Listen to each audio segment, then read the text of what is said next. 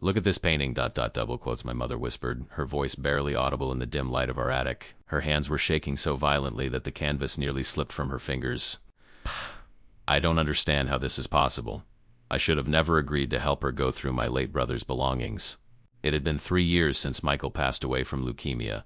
3 years since our world collapsed into a silence that no amount of therapy or time seemed to heal.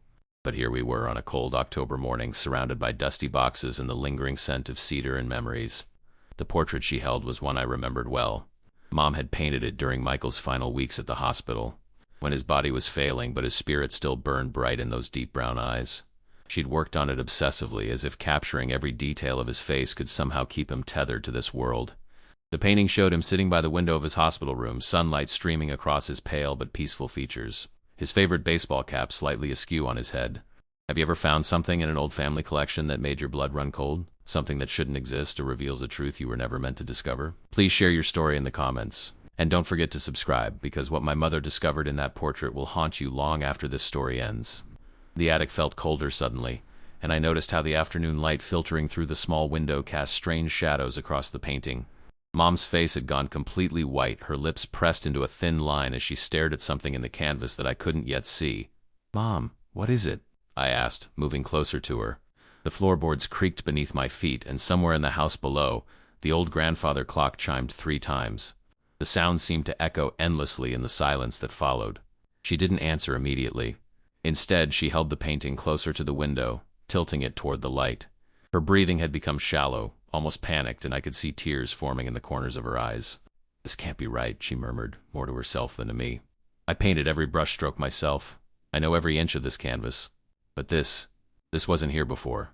The dust motes danced in the sunbeam as she turned the portrait toward me, and I felt my stomach drop as I caught my first glimpse of what had stolen the color from her face. Something was wrong with the painting. Terribly, impossibly wrong. Let me take you back to the beginning to help you understand why this discovery shattered everything we thought we knew about Michael's final days. My mother, Sarah, had been an art teacher for over 20 years before she retired to take care of Michael during his illness.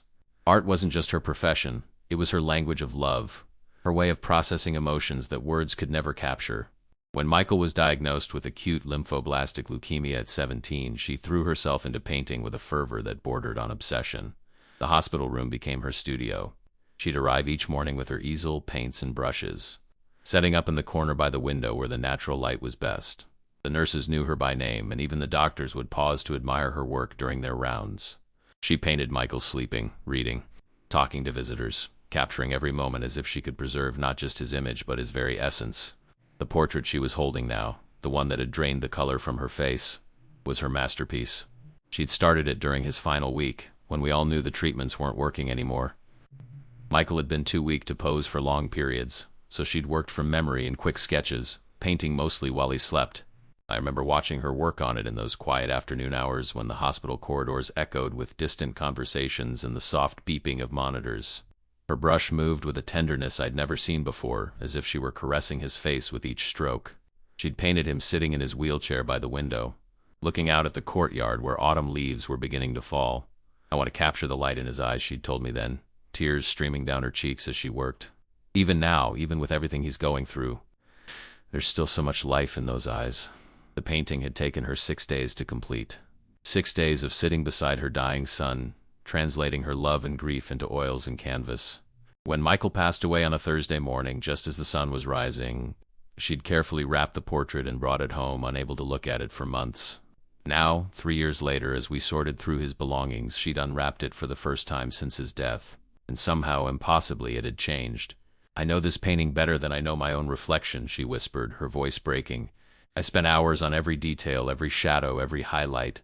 But this, what I'm seeing now, I never painted this." And the afternoon grew darker around us, and I felt a chill that had nothing to do with the October weather creeping through the attic windows. "Look here," Mom said, pointing to the background of the painting with a trembling finger. "Behind Michael's chair. Do you see it?" I leaned in closer, squinting at the area she indicated. At first I saw only what I remembered from years ago, the hospital room window, the view of the courtyard beyond, the soft, impressionistic rendering of autumn trees that Mom had painted with such delicate brushstrokes. But then, as my eyes adjusted to the details, I began to see what had terrified her. There, in the window's reflection, was a face. Not Michael's face, which would have been expected in such a reflection. Not Mom's face, though she'd been sitting right there while painting. This was someone else entirely, a man's face, partially obscured by shadows but unmistakably present, looking directly into the room with an expression that sent ice through my veins. "This is impossible," I breathed, my voice coming out as barely a whisper. "Reflections don't just appear in paintings." Mom's hands continued to shake as she held the canvas steady. "I painted this window a dozen times while I was working on the portrait. I painted it from life, looking right at it. There was never anyone standing behind us. The nurses would have told us if someone was there." I took the painting from her hands, holding it up to catch the last of the afternoon light. The face in the window's reflection was clearer now, and details I hadn't noticed before began to emerge from the brushstrokes. It was a middle-aged man with graying hair and deep-set eyes. His expression was neither kind nor threatening, just watchful, as if he'd been waiting there in that reflection for years. "Maybe it's just an optical illusion," I suggested, though even as I said it, I didn't believe the words. Sometimes when you look at a painting long enough, patterns start to emerge that weren't intentionally there. But Mom was shaking her head. "No, honey, I'm an artist. I know my own work. I painted that window clear and bright, showing only the courtyard beyond. There was no reflection, no face, no figure. Just glass and light and the trees outside." The silence in the attic grew heavy around us. Somewhere in the distance a dog was barking and the wind rattled the old window frames. But all I could focus on was that face, staring out at us from a painting that should have been nothing more than a mother's loving tribute to her dying son. "Who is he?" I asked, though I wasn't sure I wanted to know the answer. Mom's eyes filled with tears again, but this time they weren't tears of grief. They were tears of something much deeper and more disturbing, a fear that seemed to reach back through years of memory and touch something she'd tried very hard to forget. "I don't know," she whispered, "but I have a terrible feeling that he knows us." That night I couldn't sleep. The image of the mysterious face in the window haunted my thoughts, and every time I closed my eyes I could see those watchful, patient eyes staring back at me. Around midnight I gave up trying to rest and went downstairs to find Mom sitting at the kitchen table, the painting propped up against the salt and pepper shakers, illuminated by the harsh fluorescent light above. "I've been thinking," she said without looking up as I entered the room. "There has to be an explanation for this. Paintings don't just change themselves." I poured myself a cup of coffee from the pot she'd apparently been keeping warm all evening. What kind of explanation could there possibly be? She'd surrounded the painting with photo albums, her old sketchbooks, and several magnifying glasses she used for detailed work. "I've been going through everything from that time period," she explained, gesturing to the scattered materials.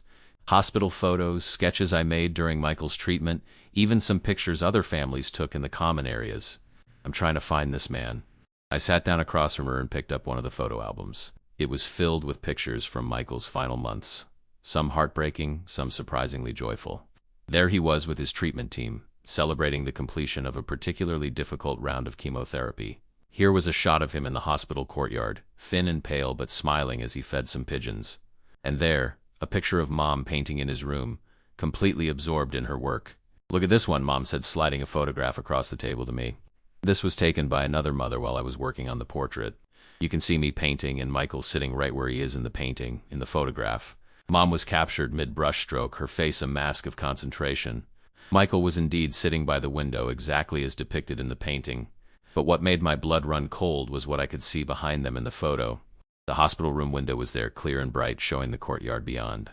And in the glass I could just make out a faint reflection, not of Mom or Michael or anyone who should have been in the room. It was him, the same man from the painting's reflection. "Jesus Christ," I whispered, my hands shaking as I held the photograph closer to the light. He was actually there. Mom nodded, her face grim. "But that's impossible. I would have seen him.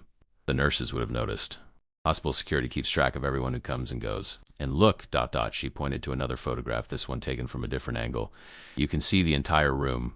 There's no one standing behind us." I compared the two photos carefully. In one, taken from the doorway, the room appeared empty except for Mom, Michael, and the medical equipment.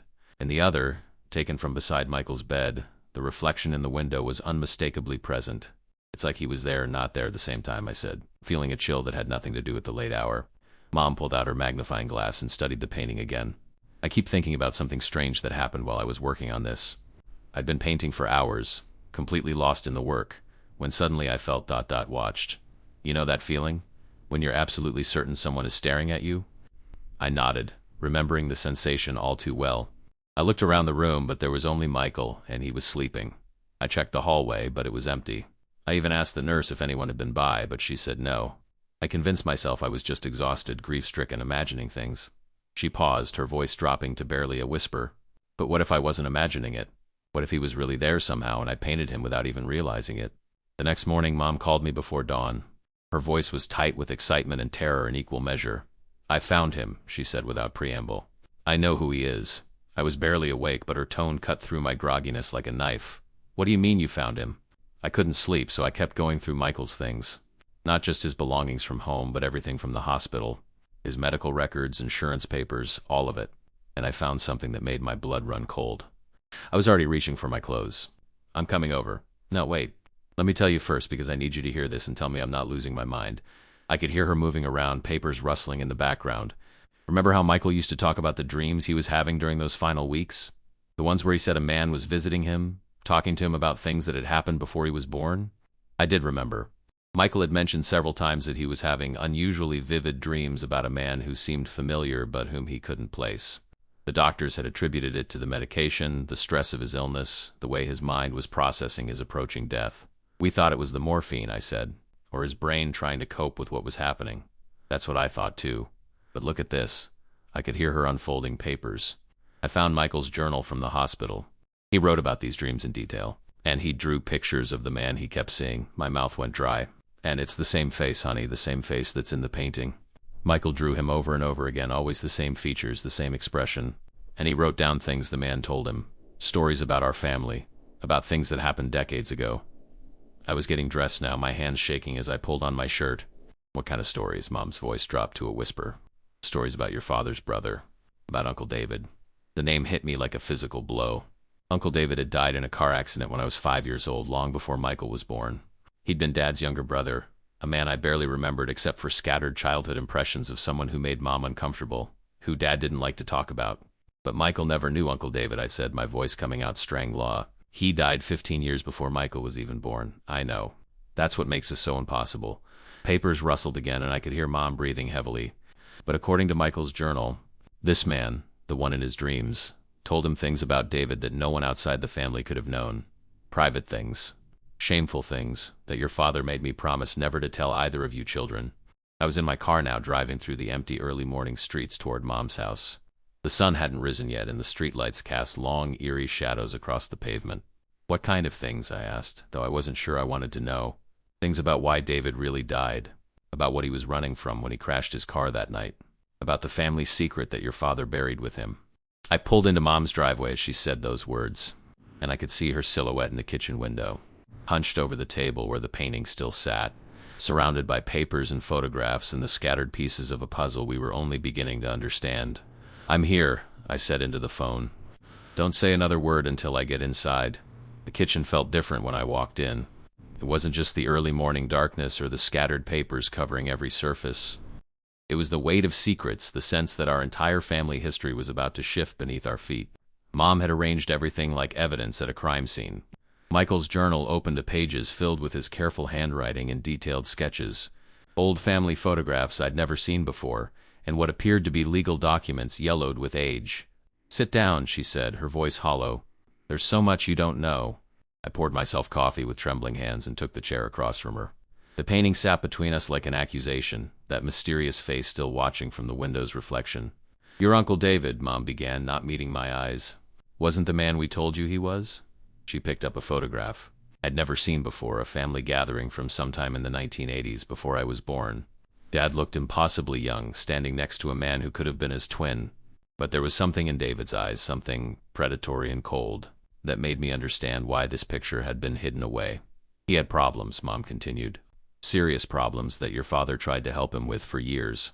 David would disappear for months at a time, then show up needing money, needing a place to stay.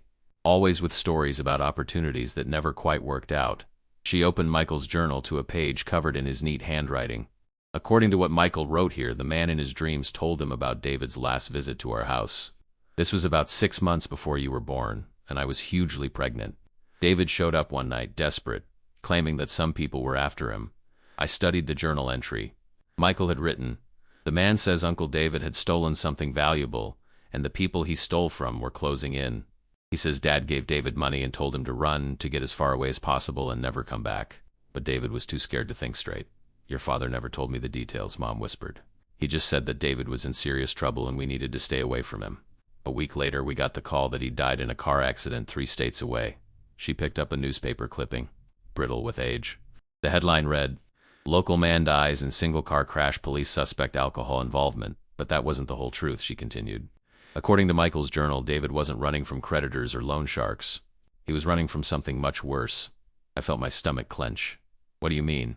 Mom turned to another page in Michael's journal. Michael wrote that the man told him David had been involved with some very dangerous people. People who didn't just want their property back, they wanted to make an example of him.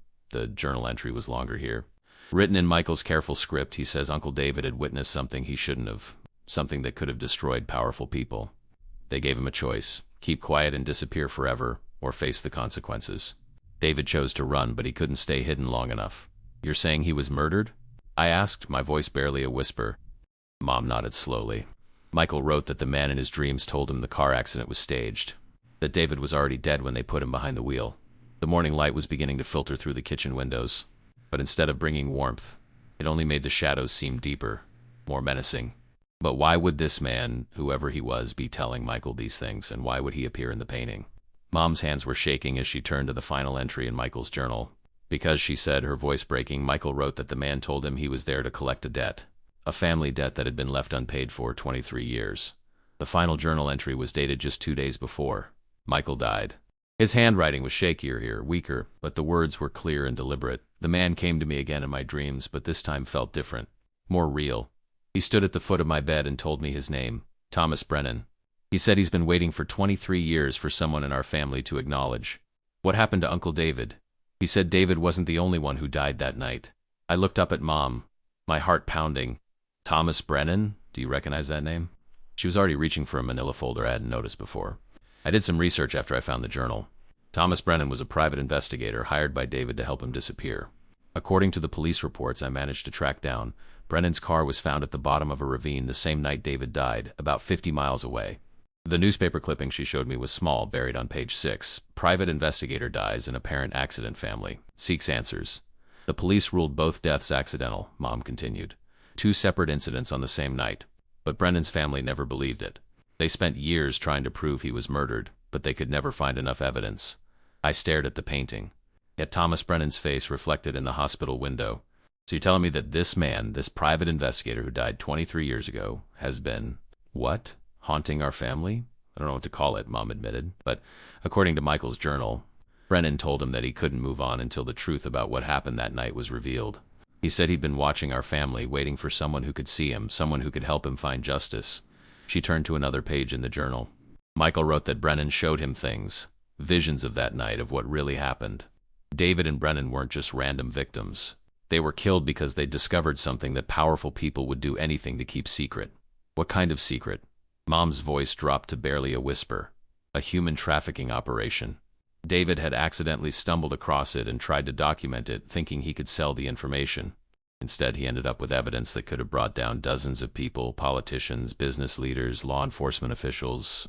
When he realized what he had, he knew he needed help to disappear safely. The room felt colder suddenly, and I noticed that the face in the painting's reflection seemed more vivid now in the morning light, as if he were trying to push through the canvas itself. Brennan was supposed to help David get to the FBI safely, Mom continued. But someone found out about their plan. Both men were murdered the same night, and their deaths were made to look accidental. I felt sick to my stomach. And you think Brennan has been trying to tell us this for over 20 years? According to Michael's journal, Brennan told him that the people responsible are still out there, still in positions of power, still destroying lives. She closed the journal carefully, and he said that until someone brings the truth to light, he'll never be able to rest. The silence that followed was broken, only by the ticking of the kitchen clock and the distant sound of morning traffic. I stared at the painting, at Thomas Brennan's patient, watchful face, and felt the weight of 23 years of injustice pressing down on us. What are we supposed to do with this information? I asked finally. Mom met my eyes for the first time that morning. I think, she said slowly, we're supposed to finish what David and Thomas Brennan started. It's been 6 months since that morning in Mom's kitchen, and I'm writing this story with Thomas Brennan's case files spread across my desk. Files that took us months to locate, hidden in a storage unit that had been paid for anonymously for over 2 decades. The painting sits on my mantle now, and I swear his expression has changed. There's something peaceful in those eyes that wasn't there before. A sense of gratitude that transcends the boundaries between life and death. We did what he asked of us. We finished what he and Uncle David started. The storage unit led us to evidence that had been carefully preserved for over 20 years. Photographs, documents, testimony from witnesses who'd been too afraid to come forward. We took it all to a journalist Mom had known from her teaching days, someone we trusted to handle the story with the sensitivity it deserved. The investigation that followed made national news. 7 people were arrested, including a retired police chief and 2 former city council members. The human trafficking ring that had operated with impunity for decades was finally exposed, and dozens of victims were able to find some measure of justice. But the most important moment came 3 weeks ago when we received a call from Thomas Brennan's daughter. She'd seen the news coverage and wanted to thank us for finally giving her father the recognition he deserved. She told us that she'd always known her father's death wasn't accidental, but she'd never been able to prove it. He was a good man, she said through tears. He never would have walked away from a case like this. I'm just glad someone finally listened to what he was trying to say. That night I went home and looked at the painting again. The reflection in the window was gone. Where Thomas Brennan's face had watched us with patient determination for months, there was now only clear glass, showing the hospital courtyard beyond just as Mom had originally painted it. The mystery that had haunted our family for generations had finally been laid to rest. I still keep the painting, though. Not because I expect to see Thomas Brennan's face again, but because it reminds me that sometimes the dead don't rest until the living find the courage to seek justice for them.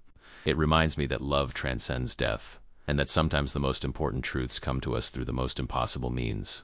Michael's journal sits beside the painting, and sometimes I read his final entries about his conversations with Thomas Brennan. My brother wrote that Brennan told him he wasn't afraid of dying because he knew his work would eventually be finished by people who cared about the truth. Tell them, Michael had written in his final entry, that some debts can only be paid by the living. We paid that debt. And in doing so, we discovered that love really can reach across the boundaries of life and death. That justice delayed is not always justice denied. And that sometimes the most profound mysteries in our lives are solved not by what we can see, but by what sees us. Have you ever felt watched by someone who shouldn't have been there? Have you ever discovered a family secret that changed everything you thought you knew about the people you love? Share your story in the comments below. Because I've learned that we're never truly alone, and sometimes that's exactly what we need to hear. The painting hangs in my living room now, a testament to a mother's love and a stranger's determination to see justice done.